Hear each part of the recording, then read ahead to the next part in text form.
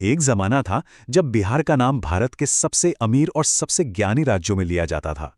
सोचिए, एक ऐसी जमीन जिसकी कहानी गंगा की धारा जितनी ही पुरानी है, जहां ज्ञान और समृद्धि की नदियां बहती थीं।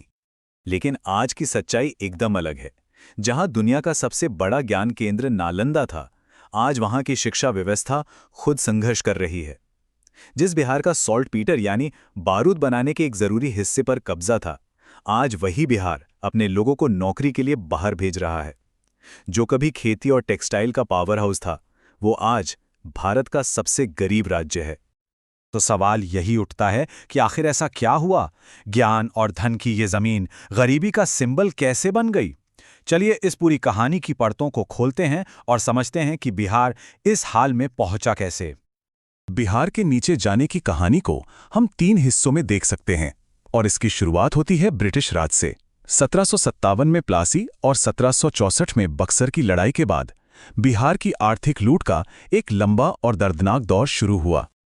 देखिए, जैसे ही ईस्ट इंडिया कंपनी को टैक्स वसूलने का अधिकार मिला, उन्होंने जमीन पर लगने वाले टैक्स को 10% से बढ़ाकर सीधे 50% कर दिया। मतलब जो किसान पहले अपनी फसल का 10वां हिस्सा टैक्स में देता था, अब उसे आधा हिस्सा देना पड़ रहा था। ये किसानों की कमर तोड़ने जैसा था। और बात यही नहीं रुकी। 1793 में वो लेकर आए परमानेंट सेटलमेंट एक्ट। इसका सीधा सा मतलब था कि चाहे सूखा पड़े, बाढ़ आए या फसल पूरी बर्बाद हो जाए, अंग्रेजों को कोई फर्क नहीं पड़ता। जमींदार को हर साल तय किया हुआ पैसा देना ही होगा। इस एक कानून ने किसानों की बची खुची जमा पूंजी भी खत्म कर दी। अंग्रेजों ने सिर्फ जमीन नहीं लूटी, उन्होंने बिहार के उद्योगों को भी जानबूझकर तबाह किया। भारत में हाथ से बने सामान पर 80% की भारी भरकम कस्टम ड्यूटी लगा दी, और वहीं ब्रिटेन से आने वाले मशीनी सामान पर 0 ड्यूटी। नतीजा क्या हुआ?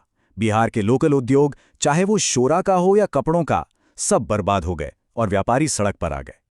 फिर करीब 200 साल की इस लूट के बाद 1947 में देश आजाद हुआ। सबको लगा चलो अब बिहार फिर से अपनी पुरानी शान हासिल करेगा। आखिर उसके पास कोयला, लोहा और उपजाऊ जमीन सब कुछ तो था। लेकिन हुआ इसका ठीक उल्टा।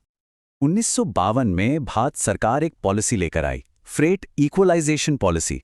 सुनने में शायद अच्छी लगे कि देश के किसी भी कोने में खनिज यानी मिनरल्स ले जाने का ट्रांसपोर्ट का खर्चा सरकार एक जैसा कर देगी। पर इस एक पॉलिसी ने बिहार को बर्बाद कर दिया। सोचिए, भारत के सबसे बड़े कोयला और लोहे के भंडार बिहार के पास थे, तो लॉजिकली स्टील और दूसरी फैक्ट्रियां वहीं लगनी चाहिए थी। लेकिन इस पॉलिसी ने बिहार का ये नेचुरल एडवांटेज ही छीन लिया। अब बिजनेसमैन ने सोचा कि जब ट्रांसपोर्ट का खर्चा हर जगह बराबर ही लगना है, तो बिहार में क्यों फैक्ट्री लगाएं? इससे अच्छा तो महाराष्ट्र या गुजरात है, जहां पोर्ट्स और बेहतर इंफ्रास्ट्रक्चर है। बस बिहार कच्चा माल सप्लाई करने वाला राज्य बनकर रह गया। और जो थोड़ा बहुत कुछ बचा था, वो भी साल 2000 में खत्म हो गया, जब बिहार का बंटवारा हुआ और झारखंड एक अलग राज्य बन गया। इसके साथ ही बिहार की 75% इंडस्ट्री और कमाई का एक बहुत बड़ा हिस्सा झारखंड में चला गया। तो देखिए, एक्सपोर्ट अंग्रेज ले गए, कुदरती खजाने का फायदा केंद्र सरकार की पॉलिसी ले गई, और फिर आया तीसरा और शायद सबसे विनाशकारी दौर, जिसे आज भी जंगल राज के नाम से जाना जाता है।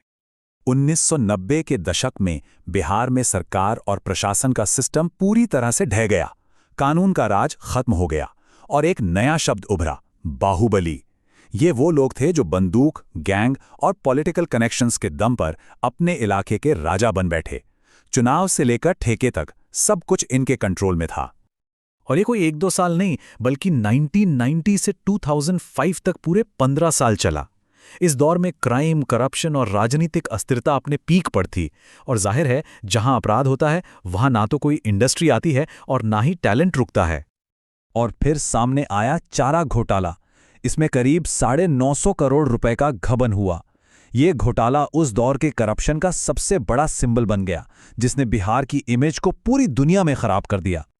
लेकिन क्या कहानी यहीं खत्म हो जाती है? नहीं, हर अंधेरी रात के बाद सुबह होती है। बिहार की कहानी एक ट्रेजेडी नहीं, बल्कि एक आर्थिक चमत्कार की कहानी बन सकती है। और अब एक नई कहानी लिखने का वक्त आ गया है।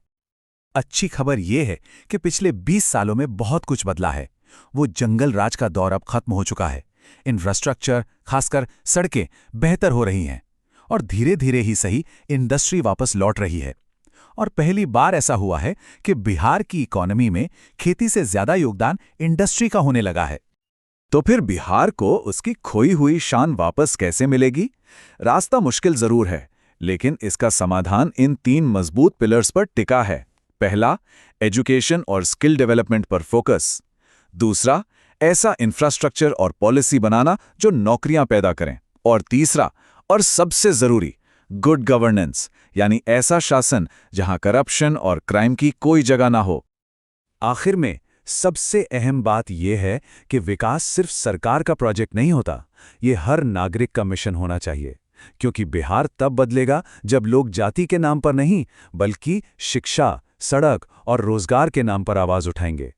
बिहार का भविष्य सिर्फ नेताओं के हाथ में नहीं, बल्कि हम सबके वोट, सोच और साहस में है।